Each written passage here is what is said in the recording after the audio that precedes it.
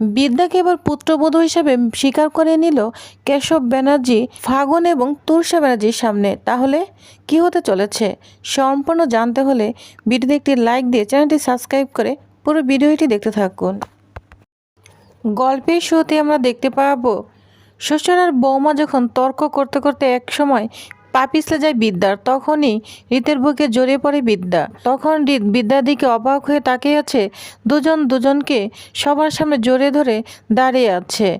কারোর জন্য খেয়ালই নেই যে গুরুজনরা এবং সবাই এখানে দাঁড়িয়ে আছে। অন্যান্যরা সব মিটিমিটি হাসছে। এদিকে রাজদেব চ্যাটার্জি ওদের দিকে তাকাতে পারছে না। রাজদেব তখন তিধাকে বলে, তিধা, এগুলো কি হচ্ছে গুরুজনদের সামনে? ইয়াং ছেলে পেলে, ওরা তো কোনো গুরুজন মানছে না। তখন তিধা বলে, কি বলছো তুমি? রাজদেব চ্যাটার্জি বলছে ওরা প্রেম করছে। তখন রাজদেব চ্যাটার্জি ধমকাতে থাকে রীতকে। রীতে তখন জ্ঞান ফিরে আসে আর বিদ্যা তখন বলে সরি। তখনই আমরা দেখতে পাবো শ্রাবণ রাজদেব চ্যাটার্জিকে ফোন দেয়, কিন্তু রাজদেব চ্যাটার্জি বুঝতেই পারেনি যে শ্রাবণ ফোন দিয়েছে। সে বুঝতে পেরেছে ডেকোরেশন মানে পয়লা বৈশাখে ডেকোরেশন লোক ফোন দিয়েছে। সে ওই হিসাব নিয়ে কথা বলছে, বাঁশ কাপড় এইসব কথা বলছে। তখন শ্রাবণ বলে, স্যার আপনি কি কথা বলছেন? আপনার মাথা ঠিক আছে? আমি শ্রাবণ বলছি। রাজদেব চ্যাটার্জি বলে, বলো।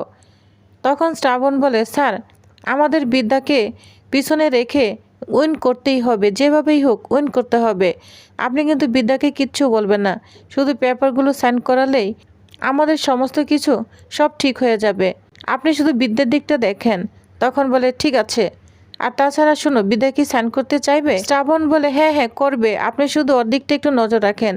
এটা বলে শ্রাবণ ফোন রেখে দেয়। আর রাজদেব চ্যাটার্জি তখন বিদ্যার ওইখানে যায়, বলছে, বিদ্যা তোমাকে কিছু পেপার সাইন করতে হবে। যা শুনে বিদ্যা অবাক হয়ে রাজদেব চ্যাটার্জির দিকে তাকিয়ে থাকে। রাজদেব চ্যাটার্জি তখন বলে, হ্যাঁ এই যে এগুলো দায়িত্ব নিয়েছে, এগুলো কাগজে সাইন করতে হবে। বিদ্যা তখন বলে, আমি তো কোনো দায়িত্ব নিইনি। তখন পিছন দিক থেকে রাজরূপ চোখ ইশারা দেয় সাইন না করতে, কিন্তু বিদ্যা বুঝতে পারে না। তখন টিরা বলে, কি ব্যাপার, তুমি কুক শ্বশুর হয়ে বিদ্যাকে চোখ মারলে? তখন যা শুনে সিনজয়ী তো অনেক রাগ হতে থাকে। দিদি তুমি কি বললে? ওই কুক শ্বশুর হয়ে বিদ্যাকে চোখ মেরেছে? এটা নিয়ে ঝামেলা করতে থাকে। এই সুযোগে তখন রূপ বলে, না না ভুল বুঝছো, আমার চোখে কি যেন একটা গিয়েছে। রাজদেব চ্যাটার্জি বলে, রূপ ওরা কি বলছে, ঠিক বলছে? তখন বলে, দাদা তুমি তো আমাকে চিনো, তুমিও বলছো চোখে না কিছু একটা পড়েছে। বিদ্যা দেখো তো আমার চোখে কি পড়েছে। রীত তুই আয়, এখানে একটু কথা আছে, আমরা শ্যামা নিয়ে একটু কথা বলবো।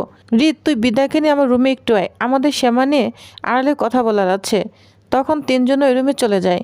রাজদেব চ্যাটার্জি বলে, শ্যামা নিয়ে কথা বলবে? টিদা তাহলে কুটাল হবে না?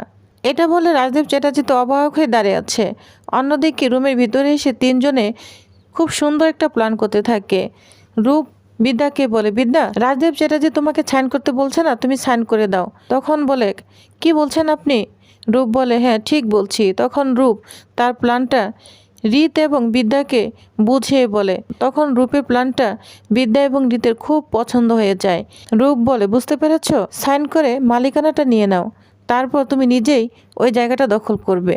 দখল করে কনস্ট্রাকশন কাজ শুরু করে দাও, হোস্টেল নির্মাণ তৈরি কাজ শুরু করে দাও। প্ল্যানটা ভালো লেগেছে না? হাততালি দাও। তখন তিনজন মিলে হাততালি দিতে থাকে। রূপ বলে, বিদ্যা চিন্তা করো না, কার টাকায় বিল্ডিং হচ্ছে, রাজদেব চ্যাটার্জি টাকায় হোস্টেল হচ্ছে।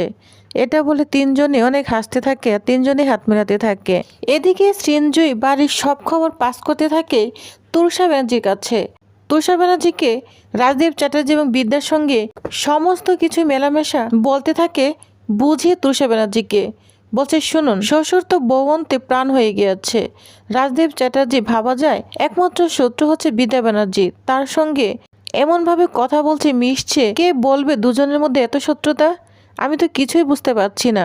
জানেন কি হচ্ছে? আমাদের বাড়িতে পয়লা বৈশাখের অনুষ্ঠান হচ্ছে। সেখানে কি হচ্ছে জানেন? আমাদের বাড়ি সবাই নাচ গান করছে, আমার বর উত্তরণ গাইছে, বজ্র সেন রীত গান করছে, রুষা পায়েল সবাই নাচ গান করবে, এবং কোটাল কে গাইবে জানেন? রাজদেব চ্যাটার্জি। যা শুনে প্রায় অট্টহাসি হাসতে থাকে তুষার ব্যানার্জি। বলছে, আপনি কি বলছেন? উনি গাইবে কোটাল? সিনজয় তখন বলে, কথাটা আপনি হেসে দিলেন, আর নাচ কিন্তু বিদ্যা করছে। তুষার তখন বলে, শুনুন, ও তো নাচ কলেজেও করেছে, তাহলে কি হয়েছে? সিনজয় তখন বলে, শুনুন, কলেজের নাচ তখন এক অবস্থা। আর এখন এখন কিন্তু কিন্তু নাচ করছে বিদ্যা ব্যানার্জি রাজদীপ চ্যাটার্জির সঙ্গে।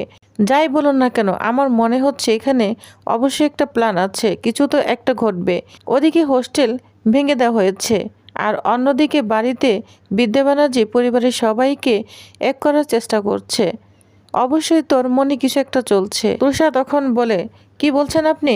তখন বলে, হ্যাঁ ঠিক বলছি, ওর কলেজে এক ব্যবহার, এদিকে বাড়ির ভিতরে আরেক ব্যবহার। আমি তো কিছুই বুঝতে পারছি না। রাজদীপ চ্যাটার্জি মানুষের মতো তাকেও সে বশ করে নিচ্ছে। যা শুনে তুষার ব্যানার্জি পুরো অবাক হয়ে যায়। তখনই সৃঞ্জয়কে রাজদীপ চ্যাটার্জি চিৎকার করে ডাকতে থাকে।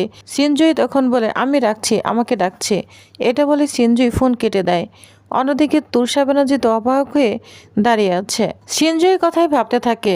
রাজদীপ চ্যাটার্জি বিদ্যার সঙ্গে মিশে গান গাইবে, কুটাল করবে, এসব কল্পনা করতে থাকে। অন্যদিকে দেখা যায় রাজদীপ চ্যাটার্জি টিদাকে বলে, টিদা যাই হয়ে যাক না কেন আমি কিন্তু কুটাল করব। তখন এইখানে রূপ চলে আসে, বলছে, দাদা হ্যাঁ কুটাল করবে তো। রুষা তুই উত্তন গাইবি, পায়েল তুই কুটাল গাইবি, দাদা লিপসিং করবে আর তুই কুটাল গাইবি, বুঝতে পেরেছিস? তখন বলে, এই হয়েছে। শেষ পর্যন্ত জেঠু আমার কপালে পড়লো। রাজদীপ চ্যাটার্জি তখন বলে, এই একদম ইনসাল্ট করবি না, আমি দেখিয়ে দেবো আমি গান পারি কিনা, বুঝতে পেরেছিস? শুধু বিদ্যাই সব পারে, আমি পারি না। তখনই বিদ্যা এখানে চলে আসে। রাজদীপ চ্যাটার্জি বিদ্যাকে দেখে হতবাক হয়ে যায়, কিন্তু তবু মাথা নত করে না। বলছে, রুষা পায়েল যা, তোরা হারমোনিয়াম তবলার ব্যবস্থা কর। তখন রুষা পায়েল হারমোনিয়াম তবলা নিয়ে আসে। রূপ সবাই মিলে গান গাইবে, একসঙ্গে বসে পড়ে। ওই মুহূর্তে রাজদীপ চ্যাটার্জিকে তুষার ব্যানার্জি ফোন দেয়। বলছে, কি ভালো আছেন তো? কুটাল গাইছেন শুনলাম, বেশ বেশ ভালো। আবার বিদ্যা ব্যানার্জির সঙ্গে বউ শ্বশুর মিলে গিয়েছেন তাই তো? মনে রাখবেন, আমার মেয়ের কষ্ট কিন্তু আমি কখনই মেনে নিব না। আপনার লক্ষ্মীকে একদিকে ঘরে ঢুকিয়েছেন, আরেকদিকে কিন্তু বের করে দিতে হবে। আমার স্বামী যদি আপনার ভাগের অংশ উঠিয়ে নেয় না, তাহলে আপনি পুরো দেউলিয়া হয়ে যাবেন। এটা বলেই তুষার ব্যানার্জি ফোন রেখে দেয়। রাজদীপ চ্যাটার্জি আর কোনো কথাই বলে না। রাজদীপ চ্যাটার্জি তখন ফাইলটা নিয়ে চলে যাবে। রূপ বলে, দাদা কি হলো, গান গাইবে না? তখন বলে, না। এটা বলে মন খারাপ করে এখান থেকে চলে যায়। টিদা তখন বলে, বিদ্যা তোর শ্বশুরে কি হলো রে, এভাবে কেন চলে গেল?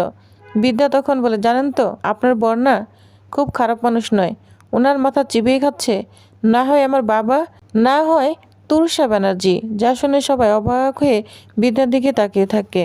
এদিকে রাজদীপ চ্যাটার্জি কেশব ব্যানার্জির বাড়িতে চলে এসেছে। কেশব ব্যানার্জি তো রাজদীপ চ্যাটার্জিকে অনেক অপমান করতে থাকে।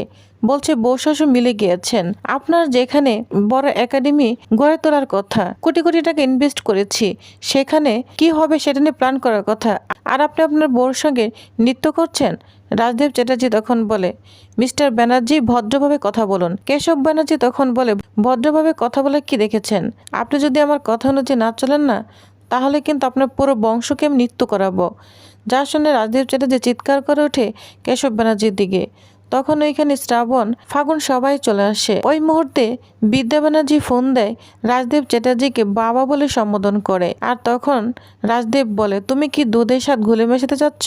বিদ্যা তখন বলে, হ্যাঁ সেটাই চাচ্ছি, কারণ আমি জন্মের পর থেকে কেশব ব্যানার্জিকে বাবা বলে ডাকতে পারিনি, সে আমাকে মেয়ে বলে মানতে পারিনি, এজন্য আমি দুধের সাথে ঘুলে মেশাতে চাচ্ছি। আর তখন ফাগুন বলে, শুনুন, ওই সমীকরণটা না তুলে ফেলুন, তাহলে আপনার পুরো বংশ ধ্বংস হয়ে যাবে আর বিদ্যাও থাকবে না। যা শুনে রাজদীপ চ্যাটার্জি অবাক হয়ে ফাগুনের দিকে তাকিয়ে থাকে। তো টিউবার্স, তাহলে আপনাদের কি মনে হয় এবার রাজদীপ চ্যাটার্জিকে যোগ্য জবাব দিবে কেশব ব্যানার্জি, ফাগুন এবং শ্রাবণকে? তো কি হতে চলেছে নেক্সট আপডেটে জানতে অবশ্যই আমার সাথেই থাকুন। ধন্যবাদ।